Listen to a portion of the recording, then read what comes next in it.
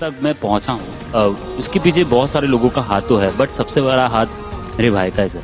Because sir Mumbai में उंगली पकड़ के यही लेके आया, इसने ही खाना खिलाया, इसने ही रहने के लिए छत दिया। नहीं सर, और इसने ही बुगी उगी दिया सर। मैं इसकी वजह से बुगी उगी करता ही नहीं।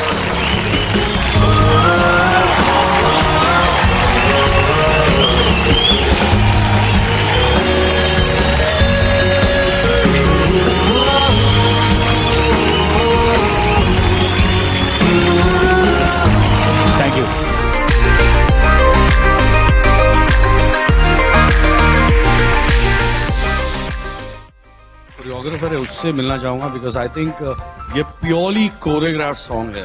Each and every well done बड़ी, वेल डन।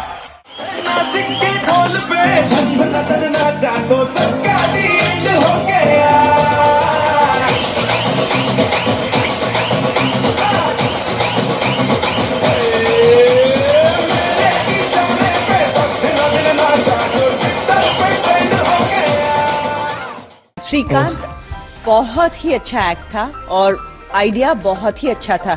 बिल्कुल beautifully executed, very well choreographed and very well thought.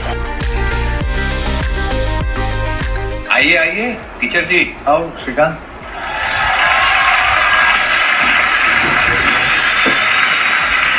मैंने बहुत से रियलिटी शोज किए और सर आज फर्स्ट टाइम मेरे साथ कोई ऐसे बड़े मंच पर खड़े हैं। मैं यहाँ पर डांस चैंपियंस में खड़ा हूँ, एक चैंपियन बनकर, सर श्रीकांत सर की वजह से।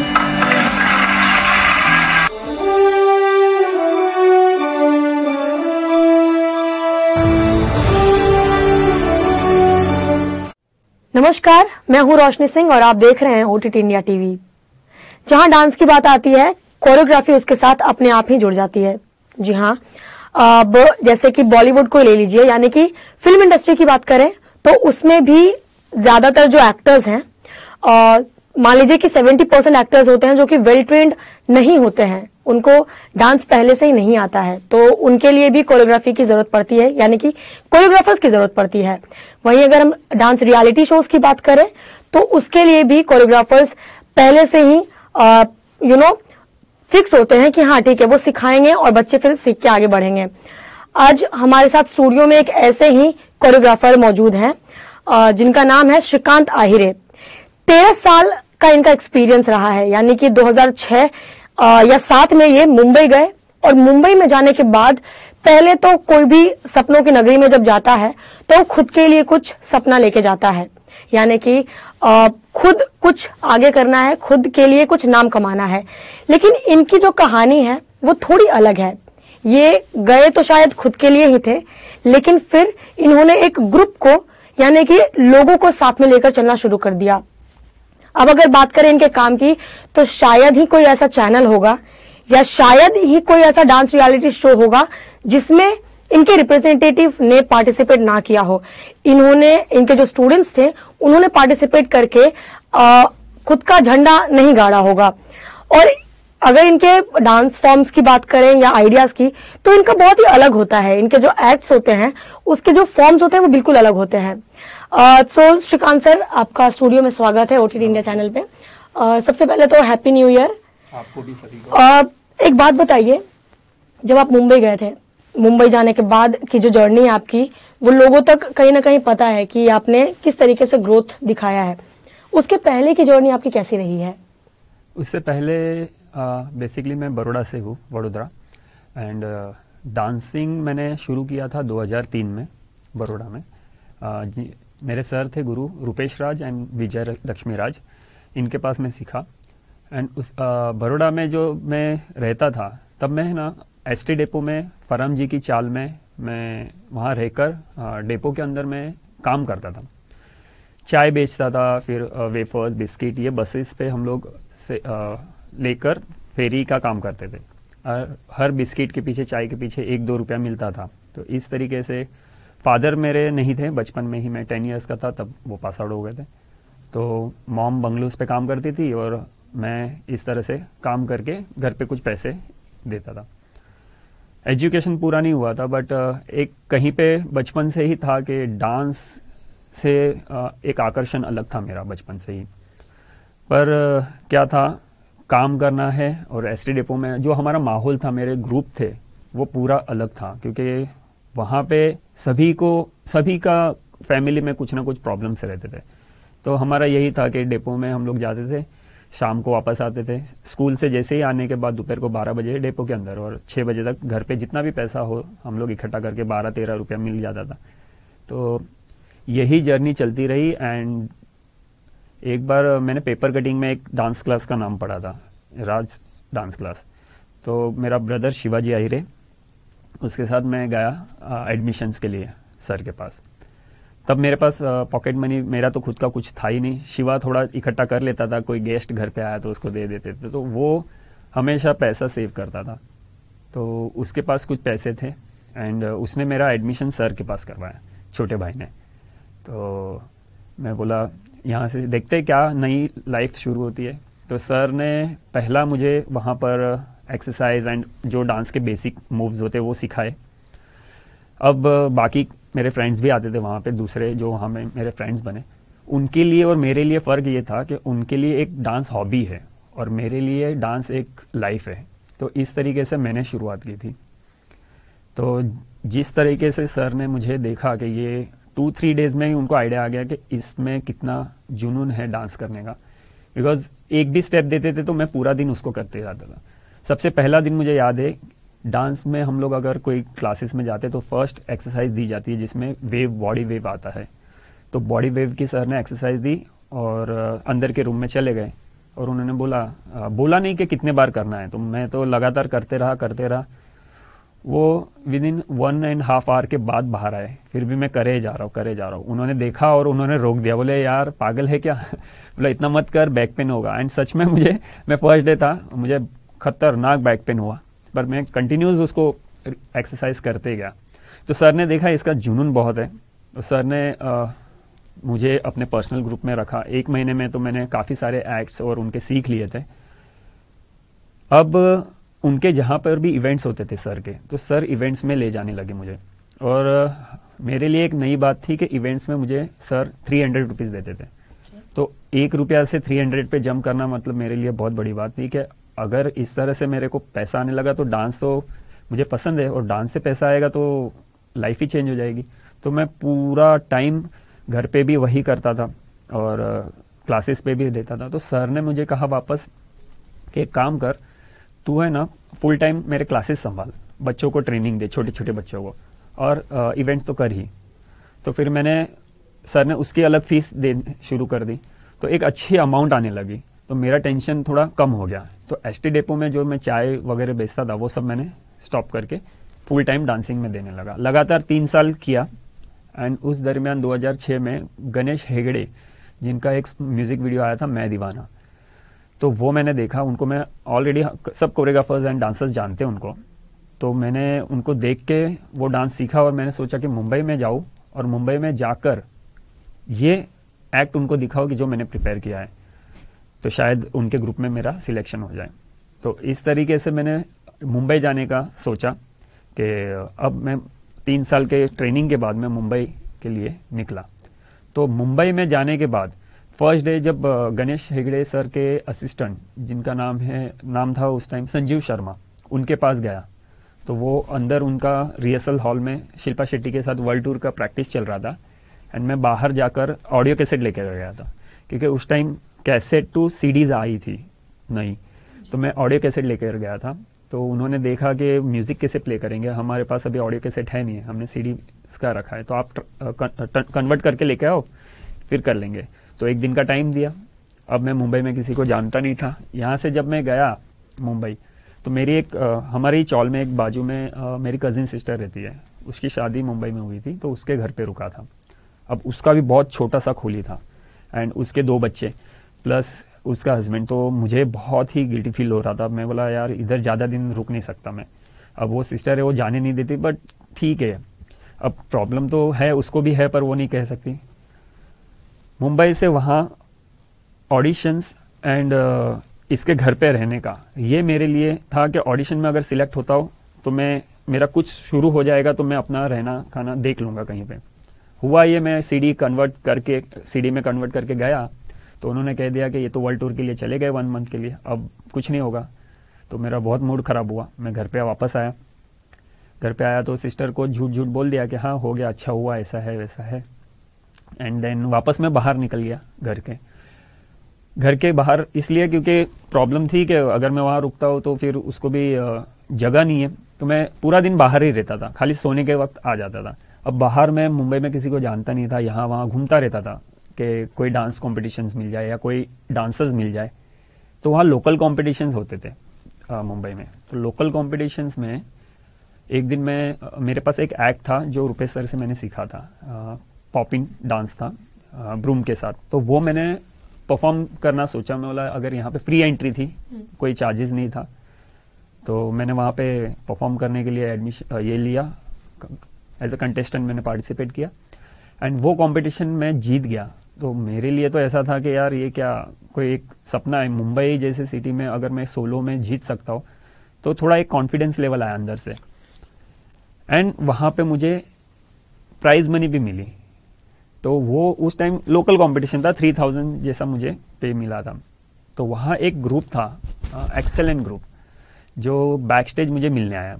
उन्होंने कहा कि आपका डांस हमने देखा, बहुत पसंद आया है, तो आप क्या हमें कोरियोग्राफ करोगे?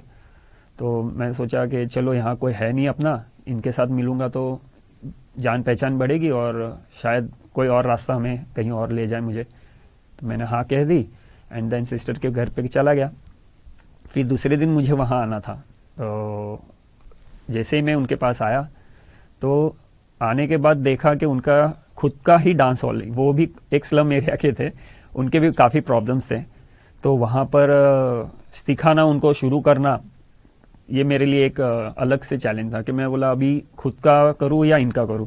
तो मतलब जैसे चल रहा है लाइफ चलते जाओ। एंड मैंने शुरू कर दिया उनका एक्ट।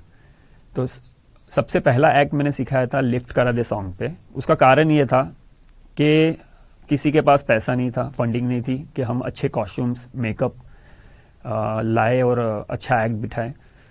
तो ये गाना ऐसा था जिसमें एक कॉमेडी सेंस रखना है और सभी को जो भी कैरेक्टर आता है, जैसा भी दिखता है, उसी कैरेक्टर में उसको प्रेजेंट करना है पब्लिक के सामने। तो एक फनी डांस मैंने कोरियोग्राफ किया। इससे पहले उनके ग्रुप भी पार्टिसिपेंट करते थे पर वो कहीं पे विन नहीं होते थे। तो ये एक्ट एक हमने ऐसा कोरियोग्राफ किया और वहीं के पॉलिटिशियंस हर फेस्टिवल में कोई ना कोई कॉम्पिटिशन्स रख लिया करते थे। तो एक कॉम्पिटिशन्स रखा था विक्रोली में, मुंबई में। तो मैं ये ग्रुप को लेकर गया वहाँ एंड पार्टिसिपेट किया। मैंने भी पार्टिसिपेट किया। तो सोलो कैटेगरी में मेरा फर्स्ट आया और ग्रुप कैटेगरी में इनका फर्स्ट आया। तो एक्सेलेंट ग्रुप बहुत ही हैप्पी हुआ क्योंकि फर्स्ट टाइम उन लोगों ने विन किया कोई कॉम्पिटिशन्स।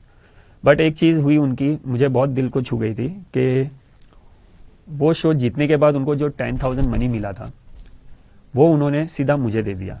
और उन्होंने कहा सब बच्चों ने कि सर हमारा तो यहाँ पे माता पिता है, हमारे घर है, आपका यहाँ कोई नहीं है, तो ये आपको बहुत ज़रूरी है। आप यहाँ रहोगे तो हमको साथ दोगे, अगर आप नहीं रहे तो फिर प्रॉब्लम होगा। तो उनसे मैंने वो 10,000 लिए, 2,000 वापस करके 8,000 लिए। एंड मेरे को 1 महीने के लिए गैप मिल गया कि चलो एटलीस्ट सिस्टर के पास नहीं पर मैं बाहर भी एटलीस्ट मेरा फूड एंड सब कर सकता हूँ। तो ऐसे शुरू किया, कंटिन्यू। देन सिस्टर के घर पे आता था तो सिस्टर कहती थी खाना खाया। मैं बोलता था कि हाँ मैं काम पे जा रहा हूँ एंड वहाँ पे है सब कुछ। तो ऐसे करके 1 मंथ तक जब तक पैसा था करता था। एंड बीच में फिर ऐसा भी हो गया 2 बार कि मैं 2-3 दिन लगातार भूखा था और मैं घर पे आके झूठ बोलता था कि हाँ खा लिया। एंड ऐसा ही बहुत 2-3 दिन तक हुआ। सिस्टर ने समझ गई थी वो कि इसको प्रॉब्लम है और वो भी कहना नहीं चाहती थी कि मुझे हर्ट हो। तो वो मेरे पॉकेट में पैसा रख दिया करती थी।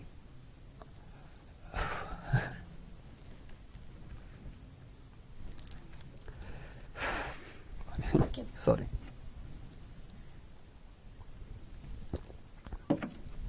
तो एक हम अगले सवाल पे चलते हैं कि मुंबई जाने के बाद भी, मुंबई को सपनों की नगरी कहते हैं, वहां जाने के बाद जो डट जाता है वहां उसके सपने पूरे हो जाते हैं, जैसा कि कहीं ना कहीं आपका भी हुआ है। और वडोदरा शहर को कला की नगरी कहते हैं, लेकिन आप यहाँ से पले बड़े हैं, यहाँ पे आप बड़े हुए, कला यहाँ पे हासिल करने के बाद आप मुंबई गए अपने सपनों को पूरा किया, वापस घूम के आप सपनों की नगरी में से और कला की नगरी में आप पहुंचे हैं। तो ये चेंज जो है वो किस ओर जा रहा है, मतलब वो जो कला की नगरी जो उसको बोलते हैं, क्या आप उसको बरकरार रखने का आपका जो खुद का जो एक इनिशिएटिव है वो? मेरी लाइफ में मैंने कुछ प्लान नहीं किए। बेसिकली लाइफ जहाँ लेकर गई मैं उसी तरह से चलता रहा। लोग कहते हैं प्लान करो प्लान करो, काफ़ी लोग जैसा प्लान करते हैं वैसे हो जाता है, पर मेरे लाइफ में मैंने कोई प्लान नहीं किया। जहाँ लाइफ लेके गई उसी हिसाब से गया। और मैं ऐसा सोचता हूँ कि मेरे पास कुछ चीज़ें हैं और जिसके जरिए अगर किसी की लाइफ में चेंजेस हो रहे, बनाने वाला तो मैं नहीं हूँ, वो ऊपर वाला है, पर मेरे कुछ थोड़े से प्रयत्न से अगर उनकी लाइफ में कोई चेंजेस हो रहे हैं तो क्यों ना करूँ। तो उसी हिसाब से जैसे मैंने घाटकोपर में वो विक्रोली का ग्रुप था जिसको हमने फिर बप्पा एक्सेल नाम दिया, और उसमें से ही हमने उस ग्रुप को लेकर मैंने boogie woogie, India's got talent जैसे कॉम्पिटिशन्स हम लोग पार्टिसिपेट किए चैनल्स पे। तो वहाँ पर जैसा एक ऑटो रिक्शा चालक का लड़का फैजल खान बना, फिर उस वहीं से जिया ठाकुर, आर्यन पात्रा, सचिन शर्मा बने, तो मुझे एक चीज़ ऐसी पता चली अंदर से कि मेरे टैलेंट सिर्फ मेरे लिए नहीं है, वो ऊपर वाले ने दिया है कि मुझसे किसी के लिए अगर कुछ अच्छा बनता हो तो मैं क्यों ना स्प्रेड करूं। तो यहाँ जैसे ही लॉकडाउन लगा मुंबई में और मैं बड़ौदा आया, तो पहले तो मैं यहाँ बड़ौदा में अलग जगह पर रहता ही था, पर मेरा जो ओल्ड चौल है, फराम जी की चौल जो पुराना है, मैं वहाँ पर आया कुछ मंथ के लिए। तो मैंने देखा कि जिस तरीके से मेरा बचपन जहाँ गुजरा, वहीं के कुछ बच्चे, वही एरिया के कुछ बच्चे अपने माँ बाप लॉरी धंधा कर रहे, कोई बंगलोस पे उनकी मदर्स काम कर रही है, तो वो लोग तो चले जाते हैं, बच्चों को छोड़ देते हैं कि पूरा दिन चौल में जैसे पड़े भले बढ़ जाए, कोई उनका गोल नहीं है। तो फिर मैंने सोचा मेरे ब्रदर के साथ कि चलो इनके लिए अगर हम लोग भी फ्री है अभी, तो ऑनलाइन क्लासेस के लिए मुझे ऑर्डर्स आते थे कि सर आप ऑनलाइन सिखाओ, पर मैं सोचा कि क्या करूँगा, वापस पैसे की ही बात आ गई। तो अभी तो ऊपर वाले ने सब अच्छा कर ही दिया है, तो जो टैलेंट है वो इनमें शेयर करके देखे क्या चेंजेस होता है। तो मैंने फिर ब्रदर के साथ मिलके वहीं चौल में हमने सबसे पहले बच्चों को लेकर एजुकेशन स्टार्ट किया। वो ट्यूशन क्लासेस शिवा ने शुरू कर दिए लेने के। तो पेरेंट्स के लिए एक अच्छा हुआ कि बाहर जाना तो है नहीं अभी, तो बच्चे पढ़ेंगे तो सही, तो बच्चों को भेजने लगे। तो वो करवाते करवाते उनको सफाई के लिए हमने प्रेरित किया कि चौल में जितनी भी जगह गंदी चीज़ें हैं वो हम लोग क्लीन करते हैं। तो उनसे सफाई करवाई, सफाई करवाने के बाद एंटरटेनमेंट के लिए क्या करेंगे, तो फिर मेरी एंट्री हुई और मैंने डांसिंग चालू कर दिया उनका। तो डांसिंग से हर वीकेंड में उनके नए नए एक्ट्स बनते गए और उनको एक अलग से एनर्जी आई, क्योंकि क्या था उनकी लाइफ में ये सारी चीज़ें थी नहीं, पेरेंट्स अफोर्ड नहीं कर पाते थे कि ये सारी एक्टिविटीज़ करें। तो वो सारी चीज़ें हमने उनको फ्री देना शुरू किया। तो मेरा यही है कि अगर जैसे वहाँ मुंबई में घाटकोपर में अगर एक स्लम से फैजल खान बन सकता है एरिया से निकल के, तो ये हमारी कला नगरी है। यहाँ पे जन्म लेने वाला ही कलाकार होता है, वो फिर डांसर हो या कोई अदर फील्ड का हो, कोई ना कोई कला उस बच्चे में रहती है जो बड़ौदा में जन्म लेता है, ये मेरा मानना है। तो वैसे करके मैंने चौल में एक्ट बच्चों को डांस सिखाना शुरू किया, तो ऑलरेडी सभी के सभी स्टार ही हैं वहाँ पे। जैसा आपने बताया कि आप लोगों ने यहाँ पे स्लम के बच्चों को सिखाना शुरू किया। अब जैसे कि लॉकडाउन खत्म हो गया, कोरोना वायरस का जो खौफ था वो कहीं ना कहीं बहुत कम हो गया अब तो अगर अब वापस से मुंबई आपका जाना हुआ, तो यहाँ के जो बच्चे हैं, क्या अब वो वापस से पहले वाली जिंदगी पे आ जाएंगे या फिर उनके लिए कुछ आपने नया सोचा है कुछ? वो भी मैंने देखा है कि अभी मैं जैसे ही मुंबई जाऊँगा तो सबसे पहले हमारा गोल है, मेरी टीम है जिसमें योगेश पार्टे है, फिर संदीप मांढरे और शिवाजी आहिरे मेरा जो ब्रदर है, ये सब मिलके हम लोग बड़ौदा में एक बड़ी एकेडमी डालना चाहते हैं डांस को लेकर, जिसमें एक्टिंग और डांसिंग हो। और इसके जरिए मेरे जितने भी कॉन्टैक्ट्स हैं मुंबई में, कोई भी डांस के ऑडिशंस आते हैं, नया शो आता है, तो मुझे ऑलरेडी प्री कास्टिंग के लिए कॉल आ जाता है। तो मैं सोच रहा हूँ कि यहाँ से हम लोग ट्रेन करें बच्चों को और ऑनलाइन ही ऑडिशंस दें। जैसे मैं जाके स्ट्रगल करता था वैसे अभी किसी पे नौबत ना आए। और अभी तो काफ़ी प्लेटफॉर्म अच्छे हो गए कि ऑनलाइन डिजिटल बन गया है सब कुछ, तो हो जाते हैं ऑडिशंस। तो यहीं से हम लोग उनको चैनल को वीडियोस देकर प्रीकास्टिंग करके फिर उनकी शॉर्ट लिस्टेड करके अगर कोई पसंद आता है चैनल को तो हम लोग उनको मूव ऑन करेंगे आगे। तो ये प्लान चल रहा है बड़ौदा के लेवल पे। और हाँ, जो फीस नहीं अफोर्ड कर पाते, जो फीस नहीं दे सकते, वैसे गरीब बच्चे मगर उनमें डांसिंग या कोई अदर एक्टिविटीज़ के लिए बहुत जुनून है, उनके लिए हमारा एकेडमी हमेशा ओपन रहेगा, उनको कोई फीस भरने की ज़रूरत नहीं है। ये बहुत ही अच्छा पहल आपने अपने तरीके से, क्योंकि कहीं ना कहीं आपने अपनी ज़िंदगी को जिया है तो आपको उस तरीके से एक्सपीरियंस है। अच्छा, अगर हम बात करते हैं, अगर जैसे कि आपने बोला कि आपके पिताजी जब आप 10 साल की उम्र के थे तभी वो गुजर गए थे, आपकी मम्मी और आपके भाई का आपने बहुत जिक्र किया कि उन्होंने आपको बहुत सपोर्ट किया अपने पॉकेट मनी देके, तो मम्मी का सपोर्ट जो है या फिर आपके फैमिली मेंबर्स का किस तरीके से रहा आपको? क्योंकि इंडिया में ऐसा ज्यादातर होता है कि पढ़ाई करो, कुछ अच्छा बनो, बाकी के चीजों को बेकार माना जाता है। तो फैमिली का सपोर्ट कैसा रहा आपका? मम्मी तो शुरू से ही हमारे साथ थी। जैसे कहूँ तो सबसे बड़ा रोल तो माँ का ही है। जैसे जब मैं बड़ौदा में था और मैं एसटी डेपो में चाय बेचता था 1-1 रुपये के लिए, तो मैं जब डांस क्लास ज्वाइन किया तो चौल के ही जो लोग रहते हैं वो मम्मी को बोलते थे कि बच्चे को क्या करा रही है, हाँ पैसे खाने के लिए इनके पास पैसे नहीं है और ये लोग डांस क्लास लगवा रहे हैं। मतलब ऐसी चीज़ें बहुत मम्मी को फेस करने पड़ी। उस वक्त मम्मी ने हमेशा सपोर्ट किया कि तू कर, तेरे को जो भी करना है कर, बट याद रख कि यहाँ सक्सेस होने के बाद ही इंसान को पूजा जाता है, फेलियर को कोई नहीं पूछता। तो ये हमेशा मम्मी मेरे को एक बैकबोन की तरह हमेशा मेरे साथ खड़ी रही। तो मुंबई जाने के बाद आपने जैसे बताया कि आपके नए ग्रुप से ही आपने इंट्रोड्यूस करवाया, आपकी बहन जो वहां पे थी उनके साथ, बाकी के क्या चैलेंजेस थे मुंबई में जाने के बाद? जैसे मुंबई में हमने ग्रुप बनाया बप्पा एक्सेल, उस ग्रुप को लेकर वो भी कोई स्ट्रांग ग्रुप तो था नहीं, तो हम लोग ऑडिशंस में जाते थे तो घाट के ऊपर से अंधेरी तक हम लोग वॉकिंग चलते थे। तो इस तरह से ऑडिशन दिया। जैसे उस 2008 के दरमियान हमने ये 2 साल में बूगी वूगी एक रियलिटी शो किया था, सोनी पे आता था, एंड फिर इंडियाज़ गॉट टैलेंट हमने जिस तरह कॉम्पिटिशन्स में हमने पार्टिसिपेट लिया और परफॉर्म किया ना, तो उसके बाद हमें ऑल ओवर इंडिया से कॉर्पोरेट के इवेंट्स आने लगे। अब ये एक नई चीज़ थी क्योंकि हमारा फाइनेंशियल जो कंडीशन था वो थोड़ा अप होने लगा, अच्छा बेटर होने लगा।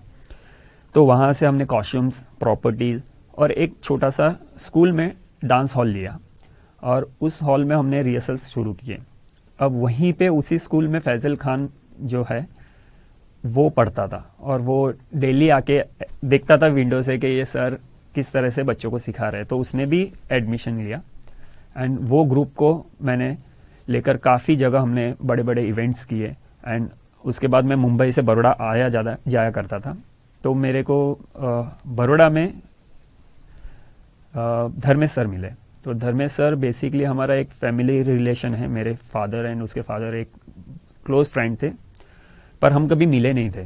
तो जिस तरह मैं मुंबई जाने के बाद मेरे ही डांस क्लास में धर्मेश सर ज्वाइन हुए थे। तो एक दिन गया सर को मिलने, तो वहाँ पर बैठे थे और फिर शिवाजी ने कहा कि ये तो दीपक काका का लड़का है, उसने इंट्रोडक्शन दिया। तो तब हम वहाँ मिले, फिर घर पे आना जाना शुरू हुआ एंड देन फिर मैं मुंबई धर्मेश को लेकर गया। तब तक मैंने एक अलग से रेंटल रूम ले लिया था और यहाँ से हम लोग शिफ्ट हो गए थे मम्मी को लेकर ब्रदर में। तो धर्मेश को फिर बोरीवली में हम लोग रहते थे एक रूम में, धर्मेश में और मम्मी ब्रदर। तो धर्मेश मेरे साथ ही रहता था, बूगी वूगी के ऑडिशंस में जाए या क्रेजी क्यार एक डीडी नेशनल का शो था, तो हमेशा हमारे साथ ही मेरे साथ रहता था। घाटकोपर के क्लास पे भी ट्रेनिंग करता था। तो इस तरीके से फिर धर्मेश सर बन गए, अलग उसकी जर्नी शुरू हुई 2008 से जब DID आया एंड फिर सेकेंड ईयर में फैजल खान हुआ। तो ये सब होने के बाद मुंबई में मेरे पे ज़्यादा रिस्पॉन्सिबिलिटी आ गई कि यहाँ बप्पा एक्सेल एक ग्रुप है जहाँ से हर साल कोई ना कोई एक अच्छा सेलिब्रिटी बन के निकल रहा है। तो होने लगा कि इंडिया के अलग अलग कोने से मुंबई में लोग आने लगे मेरे क्लासेस पे, और वो भी घाटकोपर में। तो जैसे सारे बच्चे यही एक थॉट बैठ गया था कि यहाँ से होता है कोई तो विनर ही होता है। तो आई होप कि वो अभी तक जारी है, क्योंकि उसके बाद 2013 में आर्यन पात्रा जो झलक दिखला जाए के विनर बने, फिर Sachin Sharma dance India dance के सेकंड रनर अप बने, एंड फिर जिया ठाकुर लिटिल मास्टर की विनर बनी, एंड अभी लेटेस्ट एक गीता कपूर माँ का शो आके गया सोनी पे, उसमें भी मेरे 2 स्टूडेंट थे, एक है परमदीप सिंह और एक राज शर्मा जो फाइनलिस्ट थे। मतलब कोई ना कोई बन ही रहा है। तो ये एक दौर है, चलता रहा, और शायद मैं भी ये सोचने लग गया कि आज से मेरा यही कैरेक्टर है कि मुझे कोरियोग्राफर ही रहना है, और मेरे थ्रू कोई ना कोई बच्चे अगर अपनी लाइफ बना रहे तो वो मेरे लिए, तो उनमें मैं अपने आप को ही देखता हूँ। हाँ, मेरा अगला सवाल यही होता कि जैसे कि जहाँ पे हम कोरियोग्राफर को जिनको जान रहे हैं, जो कि सेलिब्रिटी के तौर पे जाने जाते हैं, धर्मेश की बात कर लें, पुनीत की बात कर लें, और भी हैं, उन लोगों का था कि उनको खुद के लिए कुछ करना था और आपने टीम को लेके चला। तो आपको कैसा लगता है जब स्टेज पे बच्चे बोलते हैं कि अगर किसी ने पूछा उनसे कि आपकी कोरियोग्राफर कौन है, जब आपका नाम लेते हैं तो उस वक्त की आपकी फीलिंग कैसी होती है? हाँ, इस वक्त क्या होता है कि मुझे जैसे वो लोग नाम लेते तो मुझे पहले मेरी जर्नी याद आती है। जितना मैं बड़ौदा से जो कुछ किया ना, पहले आंखों के सामने वो आता है कि ये सब की चीज सिर्फ एक वर्ड से मेरा पूरा क्लियर हो जाता है। वो स्ट्रेस, सब स्ट्रगल भूल जाता हूँ कि ये वर्ड के लिए हम लोग 14 साल लगाए। तो ये मेरे लिए एक अलग चीज है कि आज मैं भले स्टेज पे नहीं हूँ, पर वो परफॉर्म कर रहा है, वो मेरे ही तो स्टेप्स है। मतलब बॉडी अलग है पर सोल तो मेरी ही है। तो ये एक अंदर से अलग फील है। मुझे वो नहीं है, अभी वैसा रहा नहीं कि मैं खुद करूं, बट हाँ, मेरे भी कुछ मेरे पेरेंट्स है, फैमिली फ्रेंड्स है, वो कहते हैं कि तू कब आएगा, ये तेरे स्टूडेंट्स आते हैं, तू कब आएगा। तो उनके लिए मेरा यही है कि हर कोई एक ही चीज के लिए बना नहीं होता। अगर ऊपर वाले ने मेरे थ्रू इन बच्चों को भेजा है स्टेज पे, तो उनमें मैं ही तो हूँ। तो ये एक फीलिंग है मेरे दिल में, और स्टेज पे जब नाम आता है तो वो किसी नहीं पसंद आएगा। बिल्कुल। अच्छा, अभी जैसे कोरोना वायरस मार्च के बाद से देश में लॉकडाउन घोषित कर दिया गया। लॉकडाउन के पहले तो आप मुंबई में थे, डांस क्लासेस चल रहे थे, सब कुछ हो रहा था। लॉकडाउन ने किस तरीके से जिंदगी बदली है, पर्सनल एंड प्रोफेशनल दोनों? ये बहुत ही अच्छा सवाल पूछा, क्योंकि सभी लोग कोरोना को एक नेगेटिव वे में ले रहे हैं, बट मेरे लिए मैं कहूँगा कि इसने मुझे एक अच्छा सबक सिखाया। क्या होता है कि हम लोग रेगुलर जो लाइफ जीते हैं उसी के हिसाब से हमारी आदत हो जाती है कि हमें यही करना है, रेगुलर सुबह उठे और पूरे दिन का शेड्यूल होता है। कोरोना से पता चला कि इसने पूरी दुनिया का 1 ईयर छीन लिया।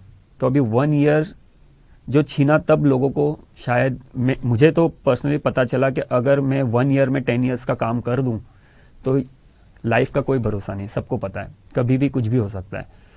तो इसने एक टाइम की कीमत समझाई कोरोना ने। तो वही है कि अब जो गलतियां हमने पीछे की वो आगे नहीं हो, ये मैसेज एक मैंने इस टाइम सीखा। न्यू ईयर का रेजोल्यूशन अभी 2021 शुरू हुआ है, 2 दिन ही हुए हैं, नया साल आए हुए। न्यू ईयर का रेजोल्यूशन हर किसी का कुछ ना कुछ होता है। आपका न्यू ईयर का रेजोल्यूशन क्या है? अभी यही है कि फैजल खान जो मेरा स्टूडेंट्स है उसको लेके एक मैं फिल्म बना रहा हूँ। ऑलरेडी एक फिल्म मैंने, शॉर्ट फिल्म है, वो बना के रेडी है, डबिंग में है। एंड आगे डायरेक्शन में ही मेरा ज़्यादा अभी फोकस है कि मैं डायरेक्शन में जाऊँ। और कोरियोग्राफी लेके डांस की तो वो चलती ही रहेगी, क्योंकि डांस तो जिंदगी भर निकलने वाला नहीं है बॉडी से। तो एक बड़ौदा में एक अच्छे लेवल की एकेडमी डाल के हमारे बड़ौदा के जितने भी आर्टिस्ट है उनको अच्छा प्लेटफॉर्म मिले, उनके लिए एक एकेडमी डालनी है। एंड मुंबई में डायरेक्शन ही है पूरा। तो ये आपका मतलब कहीं ना कहीं मैं अभी यही सवाल पूछती कि फ्यूचर प्लानिंग, तो ये आपका इन शॉर्ट फ्यूचर प्लानिंग है पूरा। अच्छा, अभी जो बड़ौदा में ही नहीं बल्कि बाकी के जो हमारे ऑडियंस देख रहे हैं इस वक्त का शो हमारा, उनके जो बच्चे हैं, अगर पेरेंट्स की बात करूं तो उनके बच्चे अगर जो भी डांस के फील्ड में या किसी भी फील्ड में जाना चाहते हैं, उनके लिए आप कुछ कहना चाहेंगे? सबसे पहले तो बच्चों को अगर आप बेसिकली मेरा पूरी ये 14 साल की जर्नी बच्चों के साथ ही रही है। तो मैं यही कहूँगा कि उनको फ्री छोड़ो, मगर वो क्या सीख रहे हैं वो उस पर आपका ध्यान रहना बहुत ज़रूरी है, क्योंकि सुबह से लेकर शाम तक बच्चे ने क्या क्या ऑब्जर्व किया है, बॉडी में क्या क्या माइंड में डाला है, वो बहुत ज़रूरी है। अगर आप उसका ध्यान रखोगे तो आने वाले 10 साल के बाद वही बच्चा किस तरह बड़ा हो रहा है वो आपको पता होगा। एंड अगर वो जिस फील्ड में भी जाना चाहे वो पता चलता है। कुछ बच्चे बचपन से ही होते हैं और कुछ बच्चों को सबसे मेन टाइम होता है 14 ईयर्स, अंडर 14 ईयर्स। ये 14 साल के अंदर के बच्चे जो रहते हैं वो अपना टैलेंट शुरू कर देते हैं, या पेंटिंग है, सिंगिंग है, डांसिंग है, या other activity, cricket and sports का। तो अगर आपको लगता है कि मेरा बच्चा, आप अपनी चीज़ें पहले तो मत थोपो। अगर आप जो फील्ड में हो आप ये सोच रहे हो कि वो भी उसी फील्ड में आए, हाँ कुछ करते हैं बच्चे पर सारे करेंगे ये भी हम कह नहीं सकते। तो सबसे पहला है कि उसको क्या चाहिए वो चीज़ दो और उसका माहौल संभालो, उसकी संगत किस टाइप के बच्चों में जा रहा है। तो ये सारी चीज़ें बहुत इंपॉर्टेंट है, क्योंकि यही बच्चे आने वाले 10 साल के बाद बड़े होने वाले हैं। तो अगर उनका बचपना आप लोगों ने उनके हिसाब से अच्छे से सेटल किया तो वो लाइफ अपने आप बना लेंगे, फिर आपको करने की कोई ज़रूरत नहीं। बट रिहर्सल्स, जैसे अगर हम डांसर्स की बात करूँगा तो जितनी ज़्यादा रिहर्सल्स होगी उतनी बहुत इंपॉर्टेंट है। और बच्चों में एनर्जी बहुत रहती है, तो उनका एनर्जी का सही यूज़ करो। पेरेंट्स के लिए मैं यही कहूँगा। अच्छा, अभी सोशल मीडिया का ज़माना है, मेक इन इंडिया जो बोल रहे हैं हम लोग, डिजिटल इंडिया पूरा प्लेटफॉर्म हो चुका है। तो सोशल मीडिया पे आप कितने एक्टिव रहते हैं, और सोशल मीडिया मतलब आपको क्या लगता है कि ज़्यादा सोशल मीडिया से दूर रह के ज़िंदगी अच्छी है या सोशल मीडिया के साथ रह के ज़िंदगी अच्छी है? देखो, सोशल मीडिया बहुत ज़रूरी है, दूर रहना ऐसा तो नहीं है। बट क्या है, अगर आप कोई काम करते हो तो सोशल मीडिया पे अभी ज़रूर देखो, लॉकडाउन में भी काफ़ी काम आया, लोगों ने बिजनेस भी किए उस पर। तो वो सीखना क्या है, अगर आप स्टूडेंट्स हो तो उससे सीखने का यूज़ कर सकते हो। अगर आप प्रोफेशनल आर्टिस्ट हो तो उसके ज़रिए आप कमा भी सकते हो। तो ये उसका बेनिफिट क्या लेना है वो आपको पता होना चाहिए। तो मेरे हिसाब से सोशल मीडिया इंपॉर्टेंट है लाइफ में, पर इतना भी नहीं कि आप पूरा अपना जो फिजिकल एक्टिविटीज़ है वो बंद कर दो और टोटली उसी पे लगे रहो। तो जिसके जरिए आप फिर आगे जाकर आपसे कुछ चीज़ें बॉडी में क्या होता है, काफ़ी लोगों को आंखों की प्रॉब्लम्स हो रही है, कोई मोटे हो जाते हैं। तो ये सारी छोटी मोटी चीज़ें हैं, बट ये आगे जाके बहुत प्रॉब्लम्स करती है। तो जितना आप उसको बैलेंस करके रखोगे वो बेटर रहेगा। स्टूडेंट्स के लिए कुछ कहना चाहेंगे जो अभी डांस सीखना चाहते हैं या कुछ लाइफ में अलग करना चाहते हैं, उनके लिए कुछ मैसेज? जैसे अगर कोई डांस सीखना चाहता हो तो मैं यही कहूँगा कि आप बेसिक से स्टार्ट करना। और यूट्यूब पे है, सोशल मीडिया जैसे अभी मैंने कहा, उस पर काफ़ी, अगर आप फीस अफोर्ड नहीं कर पाते तो आपके पास मोबाइल है, आप घर पे एक अच्छा सा रूम लेकर मोबाइल के सामने आप ट्यूटोरियल सीख सकते हो बेसिक।